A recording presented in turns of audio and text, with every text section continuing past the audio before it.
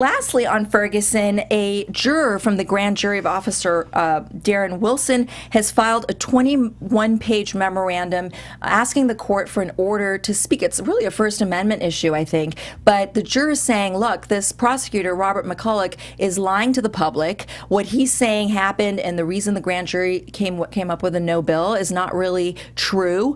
All he showed us was evidence of self-defense by Darren Wilson, the officer, and evidence of aggression by Michael Brown, the victim. And so, what do you guys think about it? I mean, obviously it's a First Amendment issue, but do you think that there's a chance here that Darren Wilson could be indicted?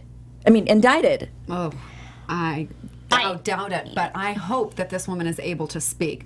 I doubt also that they're going to let her, but I think that the prosecutor was way beyond anything appropriate by going on and on and on in his public explanation of what went down in the grand jury, because it painted a narrative that wasn't the case. He tried to say that it was like a unanimous decision by every member of the grand jury not to indict, when that in fact was not true. And I think that caused a lot of people to be really upset, maybe even more upset with the grand jury process than they would have been if they really knew what was going on behind closed doors. But don't you think if there's prosecutorial misconduct, if this rises to some kind of prosecutorial misconduct, I think that they can certainly file a complaint against Darren Wilson. I hope the statute they do. hasn't run. Or against Robert McCulloch himself. That too, secondary. But you know what I mean? He seems to think he's untouchable the way he was speaking. I think that this shined a spotlight on the grand jury system. I think it would be a dangerous precedent to allow grand jurors to start speaking about what happened behind closed doors, though you have to balance that with the national interest and the controversy in this case at hand. And so it is a balancing test between, what would be better in the end.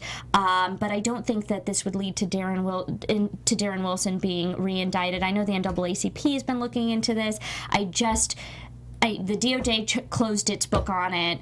Ferguson closed its book on it. I think that we're just going to move forward. But I think that people will be watching how grand juries are used and whether they're used to get a certain outcome, because the prosecutors made up their mind of the outcome they want, so they just use the grand jury as almost, their scapegoat. Guys, yeah.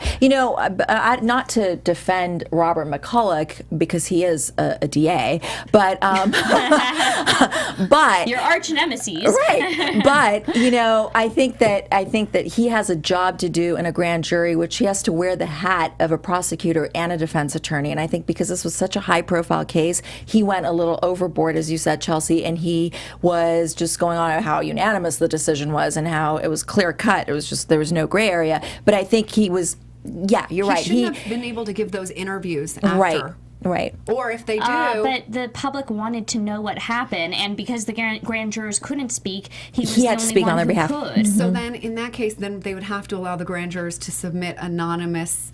But then that would open the door for grand jurors in every single case to be able to That's do the problem. that. It's such a confidential venue. That's the whole purpose and point of it. So then how does it remain confidential when the one guy who's on the inside, being the prosecutor and the defense attorney, is allowed to give his narrative of what happened in that room? It's the only narrative that is allowed under the law, really. I mean, that's what I think Mari's saying, and I agree. But it's not working.